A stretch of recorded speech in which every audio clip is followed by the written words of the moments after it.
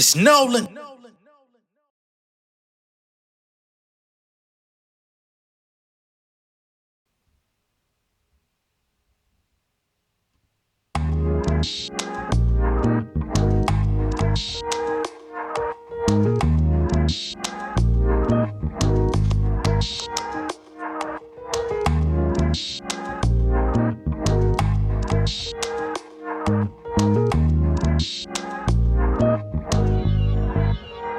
Yeah, she from a small town, pecan brown, holding it down. On the way to college, dodging them clowns, fixing the crown. Yeah, off kilter but beautiful with no filters or lip fillers, making them girls jealous. But really, she's simple, ain't thinking about it. She don't see what's popping, stick to herself, spiritually vibing. Her weakness is kindness, open to meeting people, but she don't see intention. She been sheltered, so when she gain the trust, believe in anything you tell her. Like a street smarts, natural sweetheart, swept off her feet by some nigga that call herself unique. They start buying and spending more time together through cuffing weather. She with whatever. He got a hold of her hidden treasure. Next thing you know, she pregnant, stomach bulging. Homie losing composure through the term. This nigga barely sober. She insecure about his whereabouts. He quit the warehouse. She ain't hear from dude in days. Sleeping on his friend's couch. That's what he told her. But he's selling dope. Trying to buy some baby coats. Caught up in the life. Got arrested. Now she left the coat. Damn.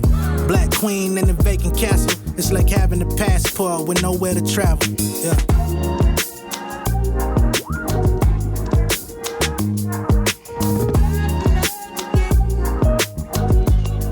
Yeah, single by choice, finding a voice, thinking Helen of Troy, sick of niggas stealing the joy, want a man, not a boy. She used to ride or die, but now she dying to live. Last dude did a bid, left her stuck with a kid. What's going on, beautiful people? It's the kid J Nolan here. Welcome back to another episode of Inside the Industry, your number one source for music, entertainment, commentary, and breakdowns. Hope you're doing well on your way in. Make sure you hit that like button. Again, it's like an admission. You know what I'm saying? Like you're coming to the venue. You know what I'm saying? We're going to make that a thing. Be sure to like and share this video. Tell a friend to tell a friend. All right. So in this particular video, we're going to be getting into Miss Megan Thee Stallion. She's having a killer year. She is busting ass this year.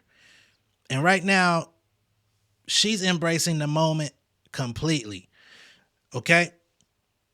So we know that she just came off of a very successful VMA hosting and performance.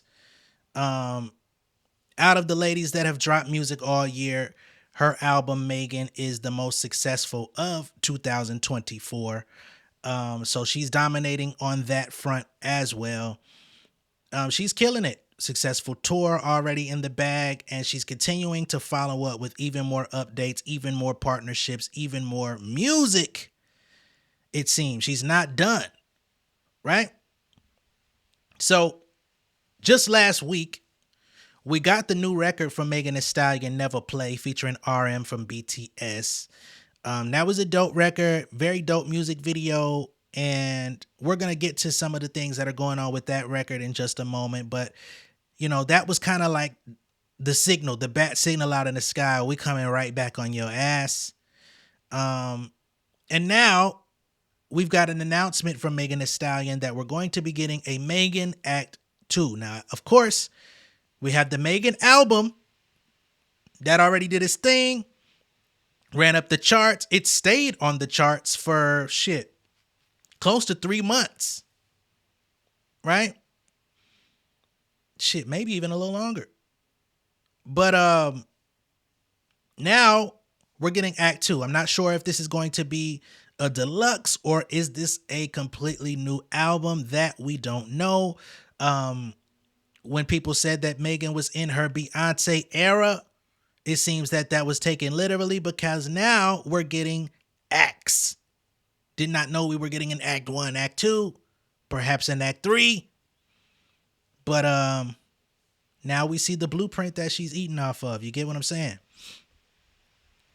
So let's get into it. Meg has more on the way. It's been a busy week for Megan Thee Stallion, and recently she decided to end it with an exciting announcement. Yesterday, the Hits performer took to Instagram to announce the second installment of Megan. In her mystical teaser, Meg takes on the form of a butterfly. Stay tuned, hottie, she captioned for the post. Now remember, as the album rollout was coming, there was a bit of confusion about whether or not she was purporting herself to be a snake or if she was the butterfly, right? We originally got the album cover, and it was of her in a cocoon. Many people voiced, including myself, a little bit of dissatisfaction with that particular album cover, although it was still available for those that wanted to purchase it via CD. You know what I'm saying? Um, but then we got the one of her hatching out of an egg, which seemed to be much more in line with everything that she had been dropping. Plus the music videos, the Cobra, the Hiss, the Boa. It just made a lot more sense, right? However, she did interviews earlier this year that basically said that both the butterfly and the snake were significant to the story, and she was trying to figure out a way to make the butterfly part of it make sense because that was more of a elegant, I guess you could say demure side of Megan Thee Stallion rather than the aggressive snake. So now I think Act 2, based on the promotion that she put out, and we're going to go ahead and play the trailer, you see her in full butterfly form, which I think is going to be interesting to see how she translates that into music. Is this going to be more of the um is it going to be more of the sexy sensual, or is this going to be the more pop friendly style that people wanted from her? Because I did see some complaints that she didn't lean heavily into the pop bag on the Megan album. I won't say complaints, but people kind of wished she would have leaned a little bit more into it. There was a lot more of the harder stuff, a lot more of the more confrontational, you ain't gonna try shit with me. But there was definitely phases within the album. But I did see people were requesting a little bit more of that mainstream appeal on there. Maybe this is what you're gonna get. So let's go ahead and play the trailer and we'll keep going. Okay?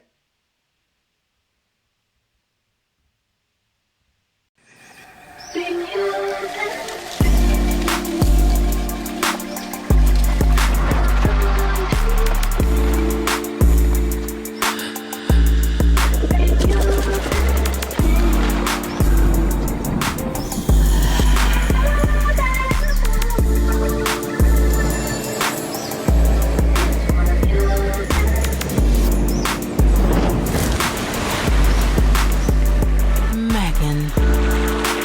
Act 2.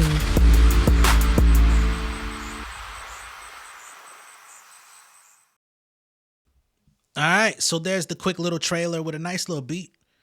Wondering if that beat is going to end up on the project. I'm quite sure Megan's going to get a little bit of feedback, a little bit of criticism from the naysayers, from the detractors that feel like she's doing this a little bit too close to Beyonce. Of course, you have the blacked out room, although there is like a bluish tint. You know, the blacked out room, the holographic type of deal, like on Renaissance Act 1 from B. You know, she was on that holographic horse, I guess you could say, the best way I could put it. Now we've got Megan with the holographic butterfly wings. I can definitely understand that some people are gonna be like trying to downplay it, criticize it, say it's unoriginal. I could see all of those different things coming, right? But I think it's dope. And I think that she definitely, if anyone's got permission, if anyone had a conversation and clearance from Beyonce's camp, it would be Megan Thee Stallion. So if she ain't got a problem with it, then there's that. You know what I'm saying? And if there was a problem with it, I don't think we would have received it. So that's where we stand on it, okay? Now, Hot New Hip Hop says, obviously the hotties are very much tuned in and can't wait to see what else Meg has up her sleeve. For now, it remains unclear exactly when they can expect to hear Megan Act 2, though they're hopeful it'll be sooner than later. The first installment of the album was unleashed in June of this year, shortly after she embarked on her Hot Girl Summer Tour. The news arrived just after Meg hosted the VMAs this week, paying homage to both Beyonce and Britney Spears with two of her looks, as well as a yellow python. It also follows the release of her new track with RM of BTS, Never Play. She also teamed up with Travis Kelce and other NFL players for a Pepsi ad earlier this month, which featured her remix of Queen's 1977 hit We Will Rock You. Aside from all of these major developments in her career, Megan's also been making headlines, not hotlines, for her relationship with the Chicago Bulls' Torrey Craig. She seemingly hard launched her relationship with the NBA star late last month with a fun and since deleted TikTok video. They were also spotted together in New York City last weekend, further fueling the rumors that they're an item. Okay? So there's that. Now, as stated, and we talked about it earlier, there is also Never Play. Pretty sure Never Play is going to end up on Act 2 as well, since it's it's moving out there. People are watching it. It was trending the whole nine. Also, in addition to all of those things, Megan Thee Stallion and RM's collab Never Play is the new SmackDown theme song for WWE. That's huge. You talk about licensing checks, baby. They're going to be playing that shit multiple times every week on SmackDown. Some people not going to get it. Some people not going to support it. But wrestling is a huge market. WWE is a huge market. People show up. How many shows they do per week? 2-3 shows a week? Every week of the motherfucking year. Championship. You know what I'm saying? The WWE fan base runs deep. And now every time they watch SmackDown, they're going to get that song. And they're going to get snippets of it throughout the show multiple times per show. That is a big fucking deal. And she's about to rack up on checks. I come from the sync licensing background. I'm not a Megan Thee Stallion. So what I would have made off of this ain't going to be what she makes off of this. I'm just letting y'all know, as somebody who's been there, done that, seen it. Moolah, baby. Okay. Megan Thee Stallion's new collab with BTS's RM has become the official theme song of WWE's SmackDown. Along with revealing a new SmackDown logo, the WWE announced that Never Play will be the song featured in the program's intro. Megan responded to the news with a suggestion that she might even appear in the ring soon. She says, "I think it's finally time I make my debut," which would be in line with what the WWE has had going on and other wrestling promotions out there as well, bringing hip-hop artists and notable musicians in to participate in matches. This is not a new thing. It's not it wouldn't be the first. This has been going on since shit. I think, hell, Mr. T was with the wrestling shit back in the 80s. We had goddamn Dennis Rodman and Karl Malone. Fuck Karl Malone, but he was there. Mike Tyson took place in WWE in the 90s. They weren't artists, but they were celebrities. Trina took place with, what I'm saying? We've had a lot of notable people that have played in the role. And, I ain't gonna lie, based on some of the wardrobe that she was doing in her early tour performances, she looked like a wrestler anyway. So it's very on brand if she wants to go join. They say this signals a big change in the WWE. Its program, WWE SmackDown, ended its run on Fox last week and will now air via the USA Network. Didn't they used to play on USA at one point any fucking way back in the G? The reveal of Megan's new song and the new show's logo preface its upcoming premiere episode for the new season. Never Play is the latest popular song that the wrestling company has used in its promotions over the years. Artists like The Weeknd with Blinding Lights, Pitbull with Green Light have also had their songs used by WWE for WrestleMania. Megan released the song earlier this month, telling fans that the verse that RM gave her was one of her personal favorites from him. In her words, she's never heard him rapping this style before. Before the release, Megan teased her high-profile collab starting in late August. She tweeted out a series of emojis that included a horse for Stallion and a purple heart that represents BTS. It became official when BTS reposted Megan's announcement with the words "coming soon." Their collaboration followed her previously teaming up with the popular K-pop group for the remix of their hit song Butter in 2021. Okay? So she's taking over the game right now, and I know it's got some people angry. It's got some people mad. There's a lot of people that feel a way about it. I can already predict some of the people that are going to have comments and things to say about this on this video. But one thing you can't say is that she's not winning, that she's not elevating, that she's not out here seizing the moment and seizing the opportunities that are in front of her, which any artist would do. I don't give a fuck if you was little Scrappy, literally. If you had the opportunity to do what she's doing, the niggas would accept it. And you can't be mad at her because somebody else ain't, or that your favorite ain't. You just gotta accept she's making the right moves to elevate. Right? And if you want to be mad at Roc Nation, be my guest. But they've also played a very significant role in turning her up. Right? They delivered her from the bondage that was 1501, who didn't want to see her excel. Once she got with Roc Nation, they started trying to halt her releases, which effectively, if they would have had their way, they wanted to kill her buzz. Let's be honest. When a label does not want to see you move, because I'm quite sure there was a moment where it could have been an amicable situation where 1501 and Roc Nation could have come together to make things happen. However, Carl Crawford didn't want to play ball, and he said, fuck y'all. Y'all gonna have to pay me to get access to my artist. Roc Nation ended up not having to pay anything, and they didn't even sign her to the label. Just remained managers, right? But they got her out of that situation. She fulfilled her contract. She's now an artist that owns her masters. She's one of the, I guess you could say, Mindy artists, mainstream indie artists out there. Most artists don't get this opportunity until later in their career when they decide they finally get the right team around them to say, man, you know, I've been signed to labels for 15 plus years. Let me go out and do it on my own. Within her first 10, she was able to make it happen, cut that shit short. Now she owns, you know what I'm saying, her own shit. She owns her masters, her publishing, which is even more money off of this licensing shit. I'm quite sure WWE had to cut a major check just for access to the record. You know what I'm saying? The Pepsi shit, money, ching ching.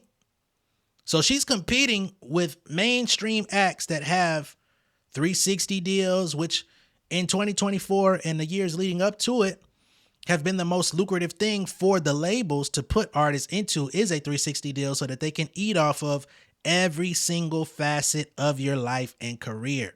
Even the things that you go out and create on your own, or the things that you know, let's say you launch a partnership with fucking Pizza Hut, but you were the one that actually engaged it. The label didn't help you. They still would eat off of it.